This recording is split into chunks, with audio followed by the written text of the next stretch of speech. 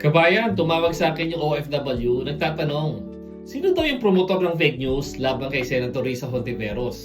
Sagot ko si Katunying, Antonio or Anthony Taberna, isang veteranong reporter, veteranong DDS, no?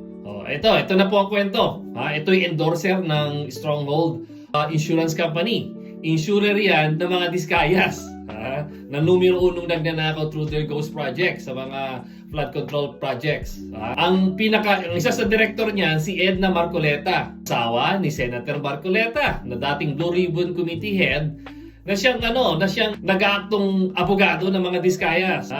At siya rin nagsasabi na yung mga Diskaya family going state witness dahil nagsasabi daw ng totoo at hayaan silang itago nila yung mga kickbacks at mga ninakaw nila through their ghost projects.